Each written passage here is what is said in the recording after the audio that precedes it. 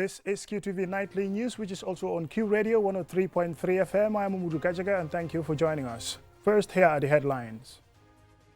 President Barrow returned from Dakar, Senegal this evening, where he attended the 4th Senegal-The Gambia Presidential Council meeting, a high-level forum aimed at strengthening cooperation between the neighboring countries. Stakeholders from the Gambia, Ghana, the Netherlands, Germany, Belgium, and other partner countries have concluded a 5-day Capstone consortium meeting aimed at strengthening education, research, and capacity development for the prevention and management of non-communicable diseases, NCDs, in West Africa. The network of parliamentarians on population and development, in collaboration with the legal platform under the National Population Commission Secretariat and with support from the World Bank's SWED project, on Friday convened a high-level parliamentary conference focused on sexual and gender-based violence and other harmful practices. Following the launch of the 2026 Diaspora Development Fund, DDF, we speak to one of the fund's previous beneficiaries, Janke Njai, the founder and CEO of Jarga, a Gambian-made luxury handbag brand that blends elegance with cultural storytelling, celebrating Gambian heritage while creating jobs and contributing to the country's growing creative economy. Those were the headlines. Now the news in detail.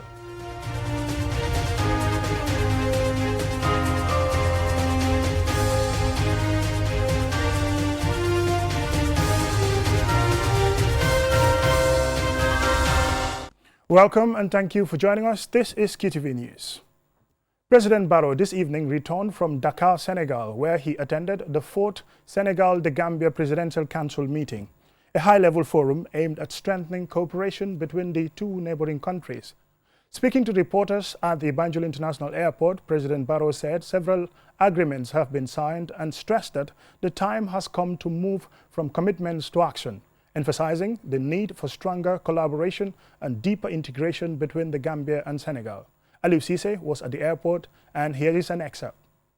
This high-level meeting brings together the heads of state of both Senegal and the Gambia, cabinet ministers and senior government officials to discuss key issues affecting citizens of both sides of the border, including trade and security. It is hoped that the outcome from this meeting will help in bettering the lives of both the citizens of Senegal and the Gambia. Thank you, Aliou. It was the Presidential Council, that is an institution that is between Gambia and Senegal. It's a bilateral arrangement. And we alternate the hosting. This time is Senegal. We discuss a whole range of issues. Issues like border, issues like security, issues like agriculture, climate change, terrorism. These are areas that we discuss. And I think basically we have a memorandum of understanding that is signed between us to see how best we can implement it on the ground. As I said, in Senegal, all this what we are doing is theory, but now it's time for practical. And I think if we are serious, I think we can implement it in the interest of both countries. We are close neighbors, we are family, we are friends, and we want to continue living in peace between these two countries. We want Gambia and Senegal to be an example in the sub-region. So we have the confidence that this time it will not be papers that will gather dust. I think we'll implement them. Well, there were a lot of challenges. There are a lot of food dragging, but that is in the past. Now we're looking forward to the future. It's a new administration in Senegal, and Gambia, we are very much determined, and we are very serious with our agreements. So I think it will be much better. It's not easy though. We have given timelines. We are not very sure with the timeline, but we are very much committed to implementing these agreements, definitely. As far as I'm concerned, we have agreed on basically all the issues that we discussed. So for today's meeting, it was just a ceremony. There are no further discussions, because obviously technicians agreed basically in all the issues. So there we are no debate about issues that we have. There's no issue that is pending. Energy, yes, the bilateral relation between us and Senegal, energy is part of it, it's discussed. So, as I said, I think they are our partners, and they are willing to work with us to solve our energy problem. And I think it's in the interest of both countries. Yeah. Thank you. Stakeholders from the Gambia, Ghana, the Netherlands, Germany, Belgium, and other partner countries have concluded a 5 days Capstone consortium meeting aimed at strengthening education, research, and capacity development for the prevention of and management of non-communicable diseases, NCDs, in West Africa. Jacqueline Coley tells us more. Well, this is a project that is funded by the EU, and it is on capacity building on non-communicable diseases care here in the Gambia and also in Ghana. So it's a consortium of about 7 members. You have the UTG, you have the University of Ghana, University of Kwame Nkrumah Science and Technology, and also University of Allied Health Sciences, both in Ghana. And then basically it's a consortium of partners where we work together to see how best we can build capacity on NCD management, prevention and management in the Gambia and also in Ghana. That was Jenna Basisawo, head of the nursing department of the School of Medicine and Allied Health Sciences, University of the Gambia, and Gambia's principal investigator of the Capstone project, detailing what the project is about. Throughout the week, participants engaged in discussions on improving non-communicable diseases education, advancing research, and building sustainable institutional partnerships to address the growing burden of non-communicable diseases across the region. Here is Professor Karsten, principal investigator of the Capstone project, on Capstone's achievement. Yeah, I think what Capstone has really achieved is to sensitize to non-communicable disease education and to look at innovative ways to attract people to teach about non-communicable diseases, to find common solutions to challenges in non-communicable diseases. And Karsten also highlighted the importance of investing in preventing non-communicable diseases than managing them. We also had a bit of a discussion then during the symposium this morning about the importance of also considering health economic aspects, because we always have to make a good case that it's very, very important to invest into prevention, and not only on management, but that with prevention we can achieve a lot. And coming back to the very nice example of sugar, so if we are able to lower then the sugar consumption and change the perception that only tea that is really, really sweet is the tea we would want to have, then we have already achieved a lot, and we are preventing then the diseases of tomorrow. Professor Herbert Robinson, the Vice Chancellor of the University of the Gambia, and Professor Paul Amuna of the University of Health and Allied Sciences, Ghana, both highlighted how universities can better prepare future healthcare professionals to address NCD challenges. The idea is to build capacity NCDs. NCDs are a huge burden globally, and the Gambia is no exception. For example, we have 34% mortality.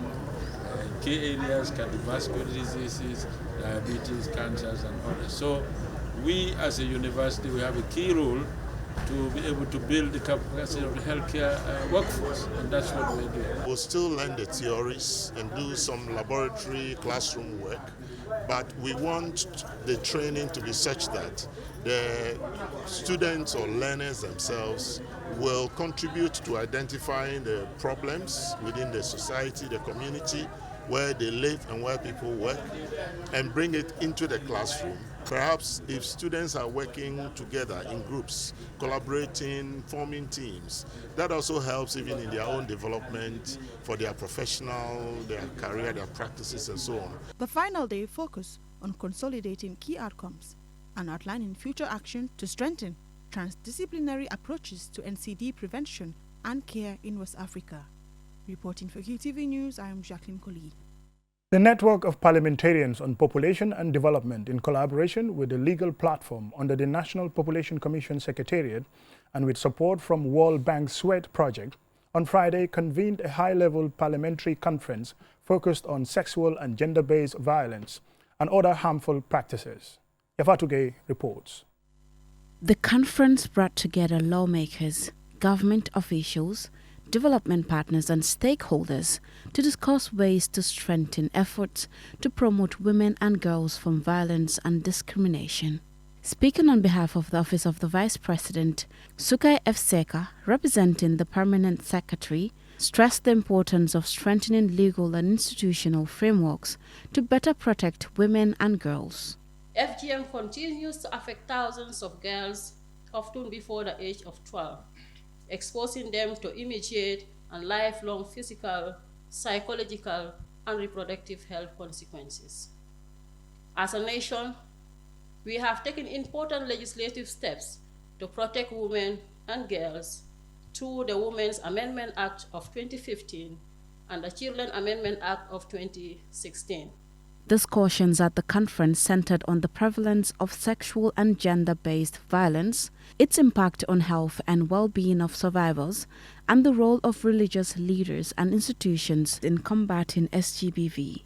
Chairman of the Network of Parliamentarians on Population and Development, Jibimbalo, reaffirmed the network's commitment to championing policies that promote gender equality and protect vulnerable groups.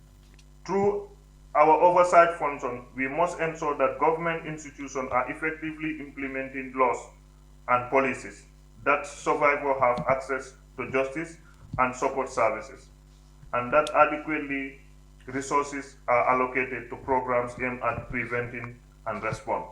Representing the National Assembly, Honorable Samba Jallo of Nyamina Dankunku underscored the legislature's role in creating laws and oversight mechanisms that address gender-based violence. Sexual and gender-based violence is not merely a women issue.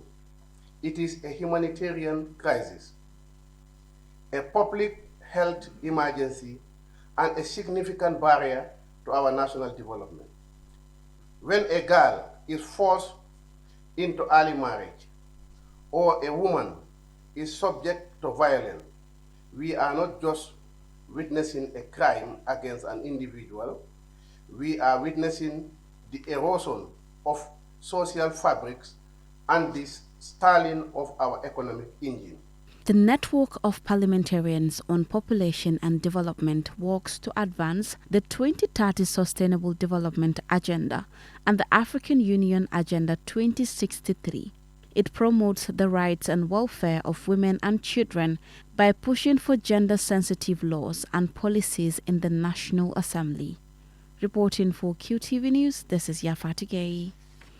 Following the launch of the 2026 Diaspora Development Fund DDF, Yafatuge spoke with previous beneficiary Janke Njai, founder and CEO of Jarga, a Gambian-made luxury handbag brand that blends elegance with cultural storytelling, celebrating Gambian heritage while creating jobs and contributing to the country's growing creative economy. Here is Yafatuge.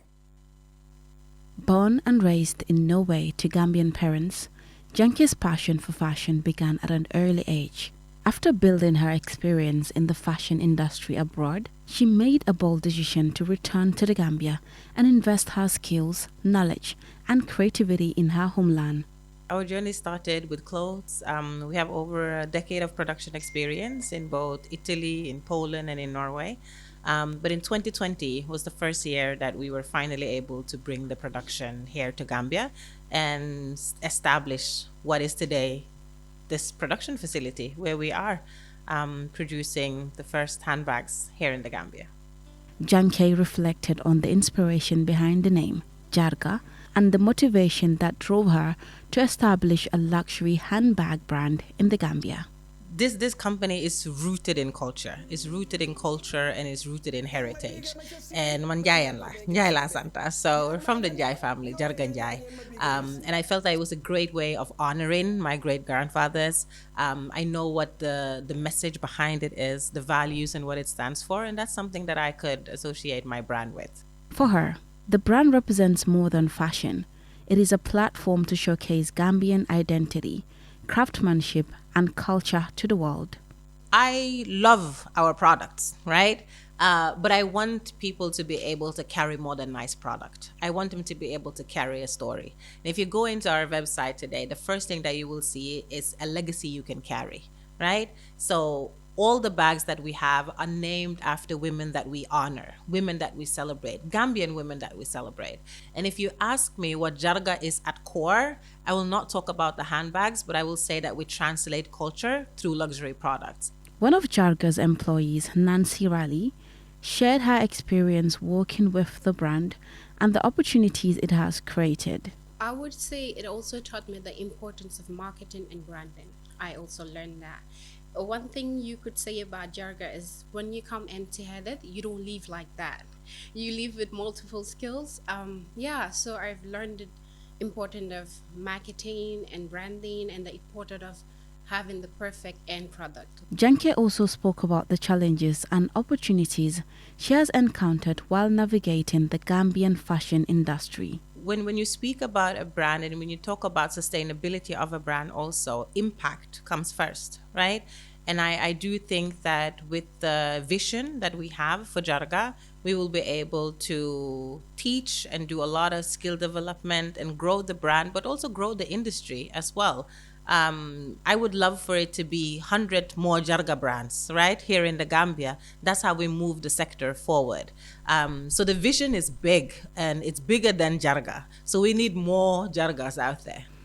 Looking ahead, Janke envisions Jarga becoming a globally respected luxury fashion house, proudly representing the Gambia on international platforms, while continuing to create opportunities for local artisans and young creatives. Reporting for QTV News, this is Yafatu Gay. From that report by Yafatu Gay, we will now go for a commercial break, and when we return, more national stories. Do stay tuned.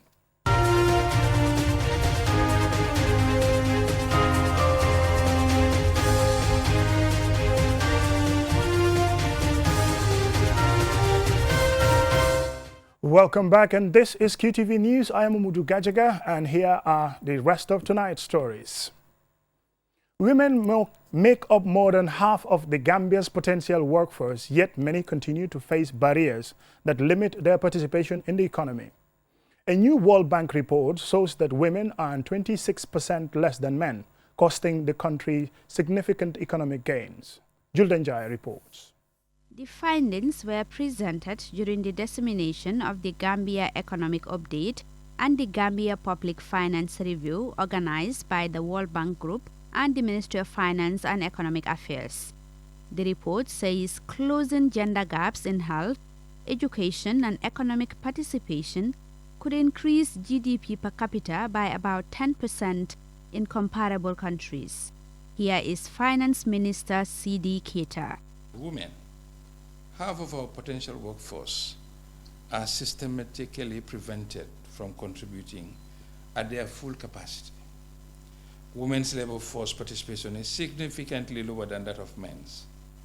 Their earnings are 26% below the average men.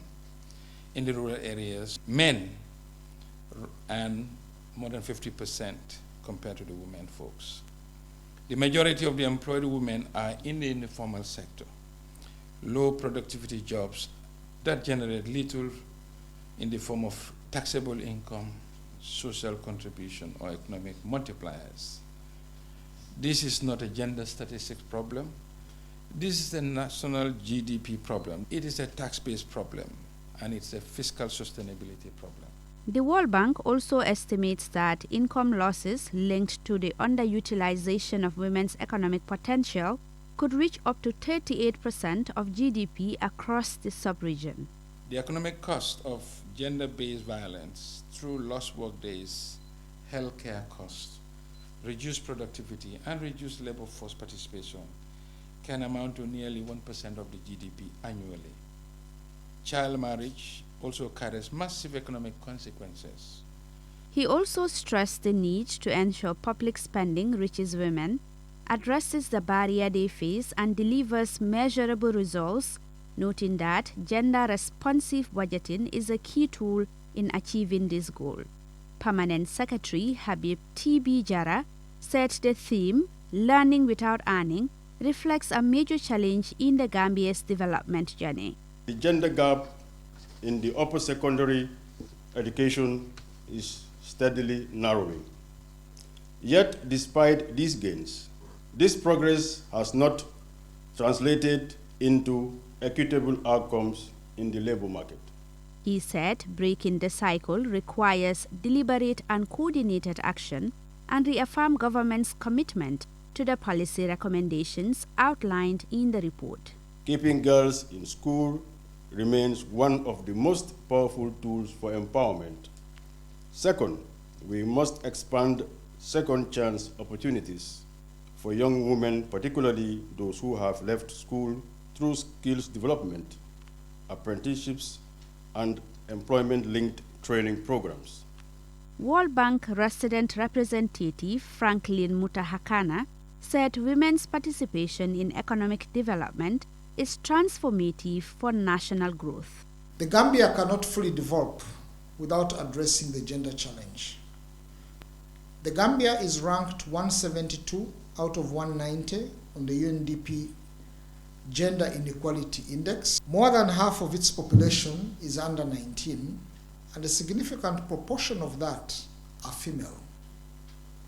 That means the country's economic future depends disproportionately on whether the next generation of women can enter the labor market, access productive work, and contribute fully to growth.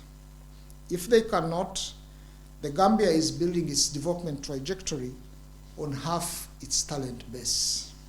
The report adds that a more gender-equal economy can expand the tax base through increased formal employment, business growth, and secure land rights for women. Reporting for QTV News, I am Julde Njai. And we will bring you our final report on Africa's World Cup representatives in tomorrow's news bulletin. And that's it for now. Thank you very much. Join us tomorrow for more news, and bye for now.